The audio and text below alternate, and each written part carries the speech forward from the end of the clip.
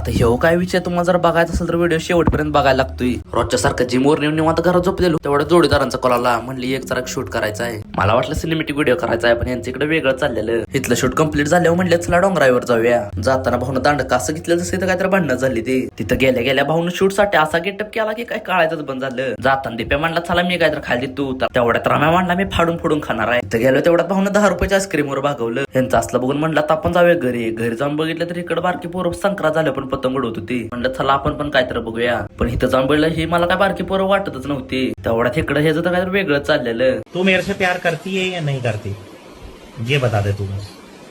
आणि आपण पतंग उडवायला ना हवाच थांबली. पतंग काय वर जायचं नावच घेत नव्हतं. कुठे 100 प्रयत्नांनी शेवटी आपलं पतंग वर गेलंच. इकडं भाऊचं पतंग वर जात नव्हतं पण बा गाडीवरनच पतंग उडवत होता. तिथनं परत संध्याकाळी गेलो गावात कारण आपल्याला जायचं होतं नेरलीला. नेरलीला जाण्यामागचं कारण म्हणजे बाळूमामाची पालखी आलेली. बाळूमामाची पालखी येऊन कडे का आठवडा झालं पण आज कुठं आपलं दर्शन झालं. दर्शन घेऊन गेलो घरी. आता इथपर्यंत व्हिडिओ बघितला तर लाईक आणि फॉलो करून जावा.